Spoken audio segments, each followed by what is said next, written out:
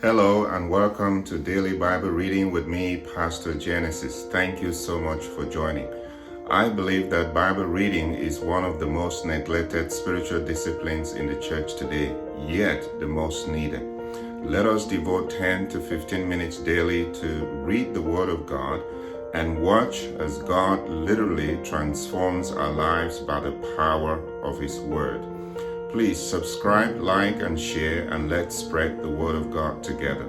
And Father, I pray that the entrance of your Word will bring light in Jesus' name. Let us get started.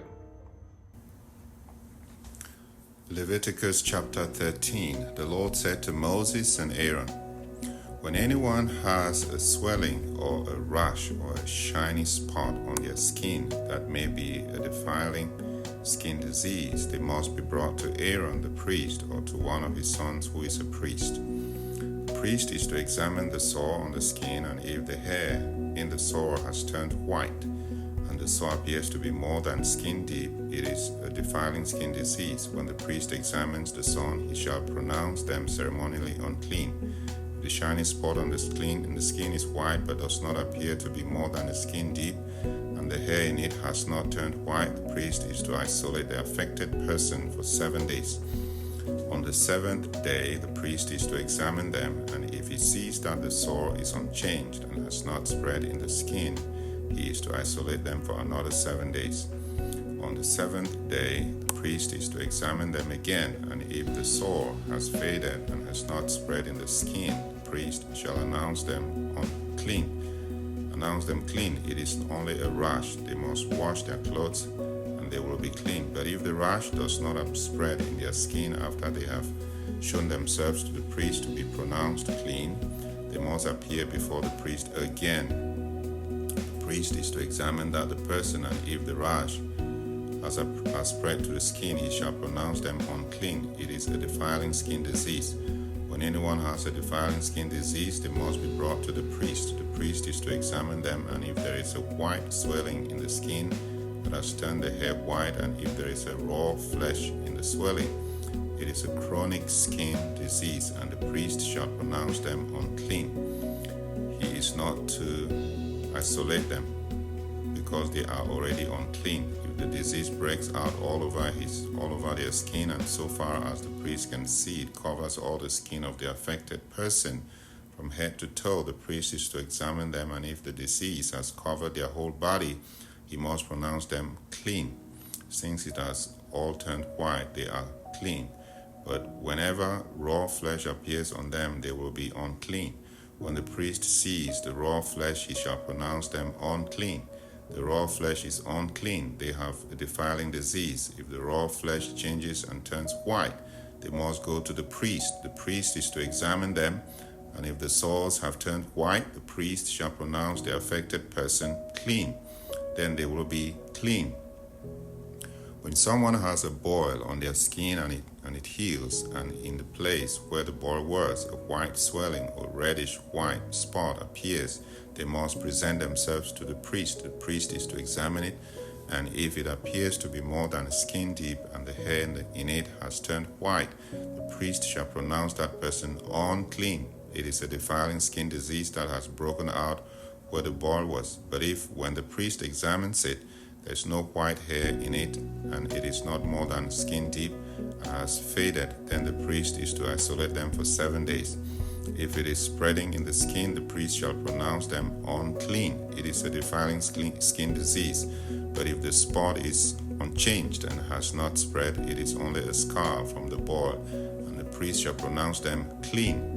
When someone has a burn on their skin, and the reddish white or white spot appears in the raw flesh of the burn, the priest is to examine the spot, and if the hair in it has turned white and it appears to be more than a skin deep, it is a defiling skin disease that has broken out in the burn. The priest shall pronounce them unclean. It is a defiling skin disease. But if the priest examines it and there is no white hair in the spot, and if it is not more than a skin deep and has faded, then the priest is to isolate them for 7 days. On the seventh day, the priest is to examine that person, and if it is spreading in the skin, the priest shall pronounce them unclean. It is a defiling skin disease. If, however, the spot is changing and has not spread in the skin, but has faded, it is a swelling from the burn, and the priest shall pronounce them clean. It is only a scar from the burn. If a man or woman has a sore on their head or chin, the priest is to examine the sore, and if it appears to be more than a skin deep, and the hair in it is yellow and thin, the priest shall pronounce them unclean. It is a defiling skin disease on the head or chin. But if when the priest examines the sore, it does not seem to be more than a skin deep, and there is no black hair in it, then the priest is to isolate the affected person for 7 days. On the seventh day, the priest is to examine the sore, and if it has not spread and there is no yellow hair in it, and it does not appear to be more than a skin deep, then the man or woman must shave themselves except for the affected area, and the priest is to keep them isolated another 7 days. On the seventh day, the priest is to examine the sore, and if it has not spread in the skin and appears to be no more than a skin deep, the priest shall pronounce them clean. They must wash their clothes, and they will be clean. But if the sore does spread in the skin after they are pronounced clean, the priest is to examine them, and if he finds that the sore has spread in the skin, he does not need to look for yellow hair. They are unclean. If, however, the sore is unchanged so that the priest can see, and if black hair has grown in it, the affected person is healed. They are clean, and the priest shall pronounce them clean. When a man or woman has white spots on the skin, the priest is to examine them, and if the spots are dull white, it is a harmless rash that has broken out on the skin. They are clean. A man who has lost his hair and is bald is clean. If he has lost his hair from the front of his scalp and has a bald bald head, he is clean. But if he has a reddish white sore on his bald head or forehead, he is defiling. It is a defiling disease breaking out on his head or forehead. The priest is to examine him, and if the swollen sore on his forehead is reddish white like a defiling skin disease, the man is diseased and is unclean. The priest shall pronounce him unclean because of the sore on his head. Anyone with such a defiling disease must wear torn clothes, let their hair be unkempt, cover the lower part of their face, and cry out, unclean, unclean. As long as they have the disease, they remain unclean, but they must live alone. They must live outside the camp as far as any fabric that is spoiled with the defiling mold, any woolen or linen clothing, any woven or kneaded material of linen or wool, or any leather or anything made of leather. If the affected area in the fabric, the leather, the woven or kneaded material, or any leather article is greenish or reddish, it is a defiling mold and must be shown to the priest. The priest is to examine the affected area and isolate the article for 7 days. On the seventh day, he is to examine it, and if the mold has spread in the fabric, the woven or kneaded material, or the leather, whatever its use, it is a persistent defiling mold, and the article is unclean. You must burn the fabric, the woven or kneaded material, or wool or linen, or any leather article that has been spoiled. Because the defiling mold is persistent, the article must be burned. But if when the priest examines it, the mold has not spread in the fabric, the woven or kneaded material, or the leather article, he shall order that the spoiled article be washed. Then he is to isolate it for another 7 days. After the article has been washed, the priest is to examine it again, and if the mold has not changed its appearance, even though it's not spread, it is unclean. Burn it no matter which side of the fabric has been spoiled. If when the priest examines it, the mold has faded after the article has been washed, he is to tear the spoiled part of the fabric, the leather, or the woven or knitted material. But if it reappears in the fabric, in the woven or knitted material, or in the leather article, it is a spreading mold. Whatever has the mold must be burned. Any fabric, woven or knitted material, or any leather article that has been washed and is rid of the mold must be washed again, then it will be clean. These are the regulations concerning the defiling molds in the woolen or linen clothing, woven or knitted material, or any leather article, for pronouncing them clean or unclean. Leviticus chapter 14. The Lord said to Moses, "These are the regulations for any deceased person at the time of their ceremonial cleansing. When they are brought to the priest is to go outside the camp and examine them. If they have been healed of their defiling skin disease, the priest shall order that 2 live clean birds and some cedar wood, scarlet yarn, and hyssop be brought to the person to be cleansed. Then the priest shall order that one of the birds be killed over fresh water in a clay pot. He is then taken to take the live bird and dip it together with the cedar wood and the scarlet yarn and hyssop into the blood of the bird that was killed over the fresh water. 7 times he shall sprinkle the one to be cleansed of the defiling disease, and then pronounce them clean. After that he is to release the live bird in the open fields. The person to be cleansed must wash their clothes, shave off all their hair, and bathe with water. Then they will be ceremonially clean. After this they may come into the camp, but they must stay outside their tent for 7 days. On the 7th day they must shave off all their hair. They must shave their head, their beard, their eyebrows, and the rest of their hair. They must wash their clothes and bathe themselves with water, and they will be clean. On the 8th day they must bring 2 male lambs and 1 ewe lamb for a year old each without defect, along with 3/10 of an ephah of the finest flour mixed with olive oil of grain offering, and 1 log of oil. The priest shall who pronounces them clean shall present both to the one cleansed and the offering before the Lord at the entrance to the tent of meeting. Then the priest is to take 1 of the male lambs and offer it as a guilt offering along with the log of the oil. He shall wave them before the Lord as a wave offering. He is to slaughter the lamb in the sanctuary area where the sin offering and the burnt offering are slaughtered. Like the sin offering, the guilt offering belongs to the priest. It is most holy. The priest is to take some of the blood of the guilt offering and put it on the lobe of the right ear of the one to be cleansed, on the thumb of their right hand, and on the big toe of their right foot. The priest shall then take some of the log of oil, pour it on the palm of his own left hand, dip his right forefinger into the oil in his palm, and then with his finger sprinkle some of it before the Lord 7 times. The priest is to put some of the oil remaining in his palm on the lobe of the right ear of the one to be cleansed, on the thumb of the right hand, and on the big toe of the right foot, on top of the blood of the guilt offering. The rest of the oil in his palm the priest shall put on the head of the one to be cleansed, and make atonement for them before the Lord. Then the priest is to sacrifice the sin offering and make atonement for the one to be cleansed from their uncleanness.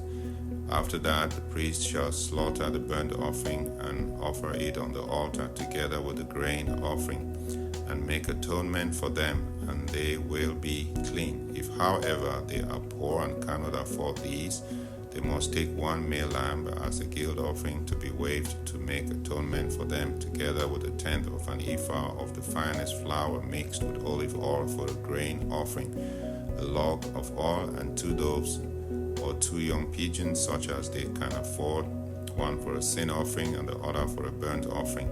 On the 8th day they must bring them for their cleansing to the priest at the entrance to the tent of meeting. Before the Lord, the priest is to take the lamb for the guilt offering together with the log of oil and wave them before the Lord as a wave offering. He shall slaughter the lamb for the guilt offering and take some of its blood and pour it on the lobe of the right ear of the one to be cleansed, on the thumb of the right hand, and on the big toe of the right foot. The priest is to pour some of the oil into the palm of his own left hand, and with his right forefinger sprinkle some of the oil from his palm 7 times before the Lord. Some of the oil in his palm he is to put on the same places he put the blood of the guilt offering, on the lobe of the right ear of the one to be cleansed, on the thumb of the right hand, and on the big toe of their right foot. The rest of the oil in his palm the priest shall put on the head of the one to be cleansed, to make atonement for them before the Lord. Then he shall sacrifice the dove or the young pigeon, such as the person can afford, 1 as a sin offering and the other as a burnt offering, together with the grain offering. In this way the priest will make atonement before the Lord on behalf of the one to be cleansed. These are the regulations for anyone who has a defiling skin disease and who cannot afford the regular offerings for their cleansing. The Lord said to Moses and Aaron, When you enter the land of Canaan, which I am giving you as your possession, and I put a spreading mold in a house in that land, the owner of the house must go and tell the priest, I have seen something that looks like a defiling mold in my house. The priest is to order the house to be emptied before he goes in to examine the mold, so that nothing in the house will be pronounced unclean.